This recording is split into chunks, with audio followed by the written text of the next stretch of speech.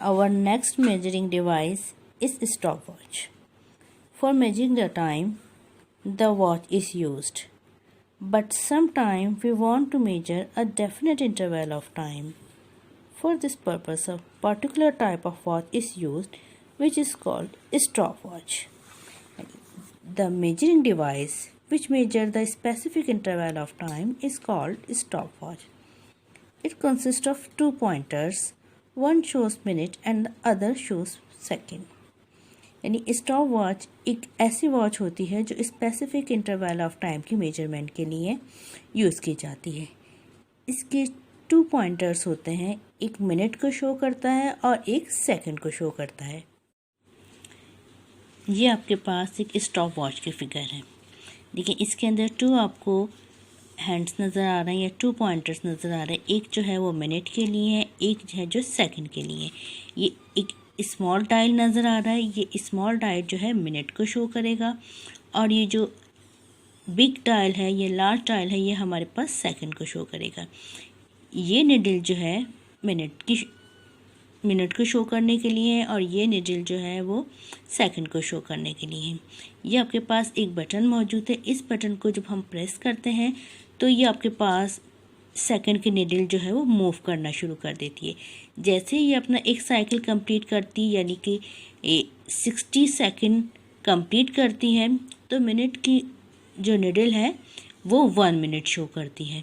इसी तरह जब ये अपना सेकंड राउंड कंप्लीट करती है, नेक्स्ट 60 सेकंड कंप्लीट करती है तो मिनट की निडल जो है वो 2 मिनट शो करती है। इसी तरह ये जो है निडल सेकंड को शो करेगी और ये निडल जो है वो मिनट को शो करेगी और इसी बटन से हम इसे ऑफ भी कर सकते हैं।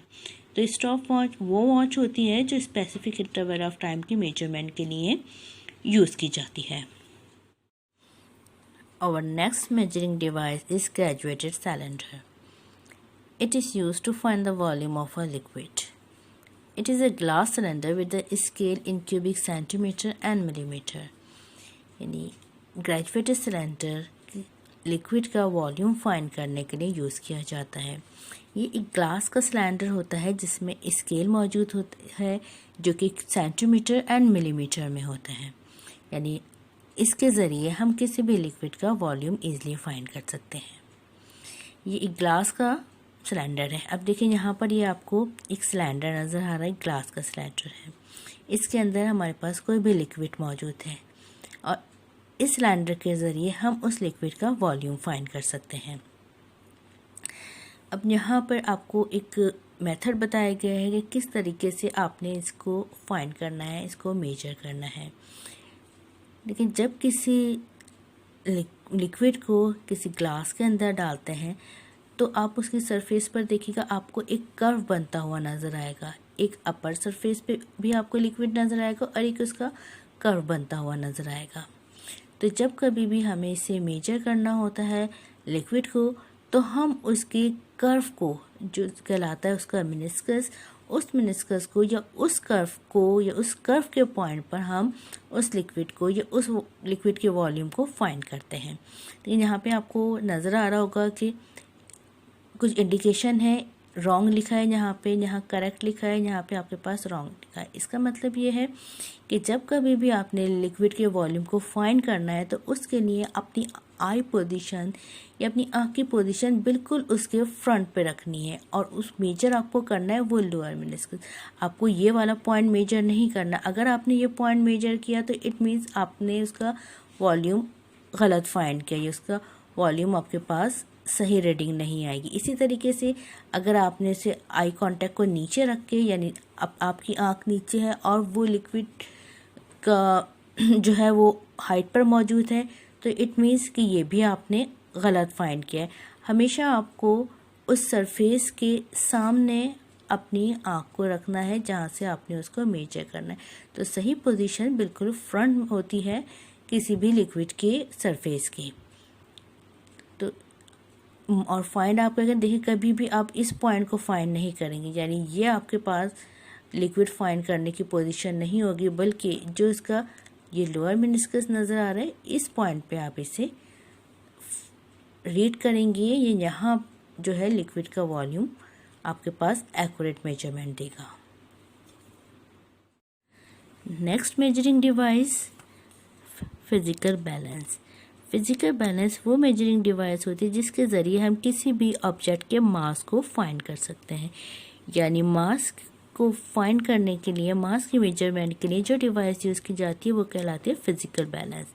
फिजिकल बैलेंस के 2 पेन होते हैं, एक राइट पेन और एक लेफ्ट पेन। एक पेन पे आप नॉन वेट डालते हैं और एक पेन पे हम अननोन वेट डालते हैं। यानी कि जो बॉडी का मास हमें फाइंड करना होता है वो हम लेफ़्ट पे डालते हैं और जो नॉन मास होता है वो राइट पे डालते हैं। बट ये ज़रूरी नहीं है, आप किसी भी साइड पर नॉन मास भी डाल सकते हैं और अननोन मास भी डाल सकते हैं। ये आपके पास एक पॉइंटर है, ये जो है एक ऐसी नॉब होती है, अरेंजमेंट नॉब, जिसके ज़रिए हम इजीली फाइंड कर सकते हैं कि हमारा जो फिज़िकल बैलेंस है वो इक्वल वेट शो कर रहा है या एक बैलेंस पोजीशन में है या नहीं है। जब ये आपके पास नॉब स्ट्रेट लाइन, यानी बिल्कुल स्ट्रेट या प्लम्प लाइन अपने आप को शो कर रही होती है तो इट मीन्स दोनों पेन एक दूसरे के इक्वल हैं। और अगर इन केस ये नॉब जो है स्ट्रेट नहीं होती, इंक्लाइंड हो गई होती है, थोड़ी तिरछी हो गई होती है, तो इसका मतलब ये होता है कि इन दोनों पेन में जो वेट है वो एक दूसरे के इक्वल नहीं है। तो इट मीन्स कि फिजिकल बैलेंस के ज़रिए हम किसी भी ऑब्जेक्ट का मास इजीली फाइंड कर सकते हैं। Our last topic is significant figures. Significant figures are the accurate non-digit and first doubtful digit in any measurement. यानी किसी भी मेजरमेंट में जो एक्यूरेट नॉन डिजिट और फर्स्ट डाउटफुल डिजिट, यानी जो आपके पास नॉन डिजिट होंगे, एक्यूरेट नॉन डिजिट है, और पहला डाउटफुल डिजिट जो होता है किसी भी मेजरमेंट में वो सिग्निफिकेंट फिगर्स होता है या सिग्निफिकेंट होता है। सिग्निफिकेंस को फाइंड करने के लिए कुछ रूल्स होते हैं, जिनमें से फर्स्ट रूल ये है कि the non zero digit in a number are significant figure. यानी जो किसी भी नंबर में जो नॉन ज़ीरो डिजिट होते हैं वो सिग्निफिकेंट होते हैं। यानी फॉर एग्जांपल आपको नजर आए, यानी 15.2 सिग्निफिकेंट फिगर्स आर 2। मतलब ये देखें, इसके अंदर हमने क्या बोला, पहला पॉइंट ये non zero digit in a number, किसी भी नंबर्स में जो नॉन ज़ीरो डिजिट है, देखिए इसमें सब नॉन ज़ीरो डिजिट है, 1, 5.2, यानी इसके अंदर सब नॉन ज़ीरो डिजिट है। तो जितने नॉन ज़ीरो डिजिट होते हैं वो होते हैं सिग्निफिकेंट फिगर।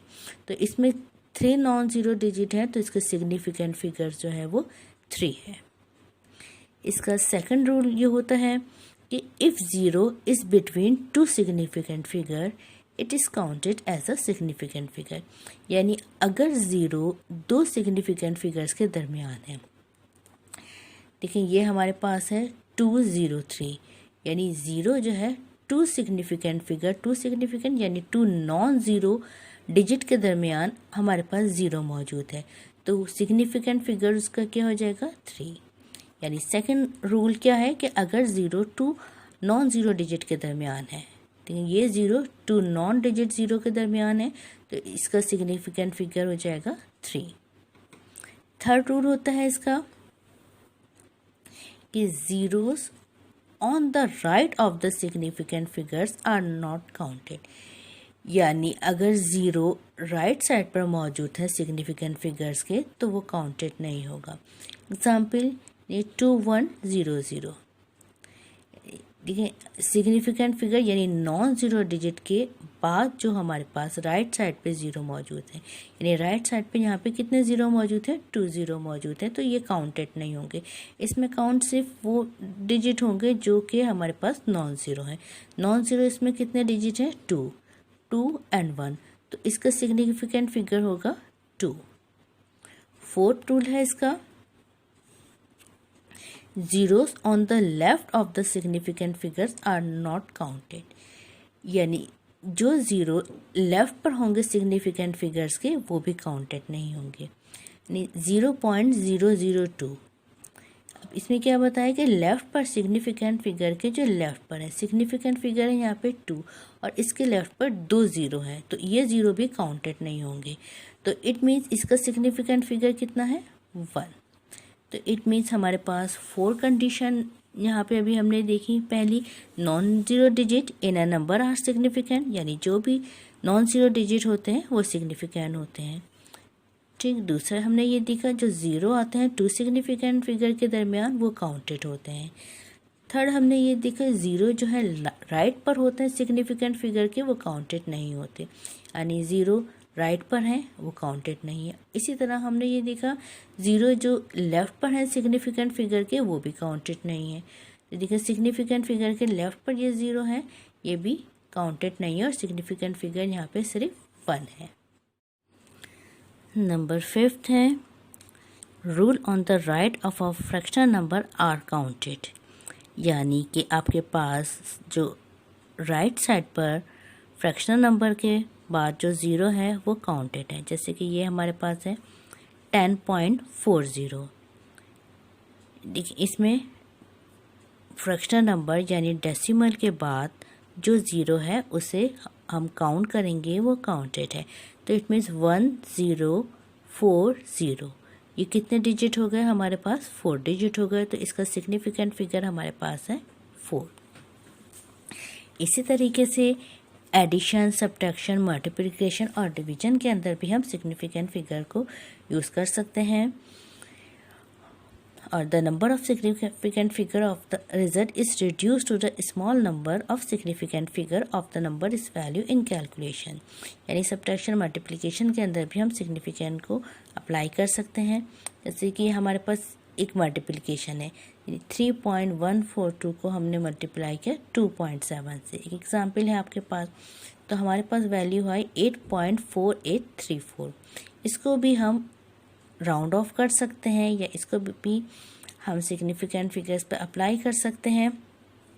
देखिए यानी 8 पॉइंट, यानी पॉइंट के बाद हमारे पास बहुत सारे नंबर मौजूद हैं, तो इसे हम राउंड ऑफ कर सकते हैं, ईजिली कर सकते हैं। कि देखिए ये हमारे पास 4 है, इसके आगे हमारे पास 8 है, जब हम इसके आगे हमारे पास 3 है, इसके बाद हमारे पास 4 है, हम इसको 1 डिजिट तक लिखना चाह रहे हैं। तो जब हमारे पास 4 या उससे कम की वैल्यू होती है तो उसको हम यहाँ से हटा सकते हैं। देखिए जिस तरह 4 है, 4 को हम यहाँ से हटा के 8.483 करते हैं। इसी तरीके से हम 3 को भी हटा सकते हैं या 8.48 हम इसे लिख सकते हैं, क्योंकि ये वैल्यू 4 से कम है। लेकिन अब जब हमारे पास वैल्यू हो गई 8.48, अब इस 8 को यहाँ से हटाने के लिए हमने इस 4 के अंदर 1 को ऐड करना है। क्यों? क्योंकि 8 की वैल्यू जो है वो 4 से ज़्यादा है। यानी 0 से लेकर 4 तक अगर हमारे पास कोई नंबर है तो उसको रिमूव करने के लिए हमें कोई वर्क करना नहीं पड़ता। लेकिन अगर 4 से बड़ी वैल्यू यानी 5, 6, 7, 8 है, जब उसको वहाँ से हम राउंड ऑफ करेंगे तो उसमें हमें उससे पहले वाली वैल्यू के अंदर 1 उसके अंदर ऐड करना है।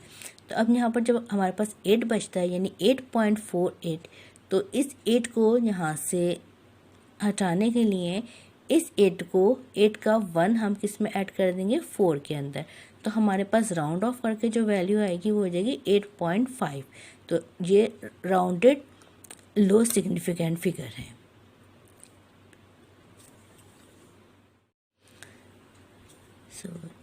चैप्टर 2 आपका कंप्लीट हो गया है। नेक्स्ट क्लास में, नेक्स्ट वीडियो में हम इसके न्यूमेरिकल्स करेंगे चैप्टर 2 के।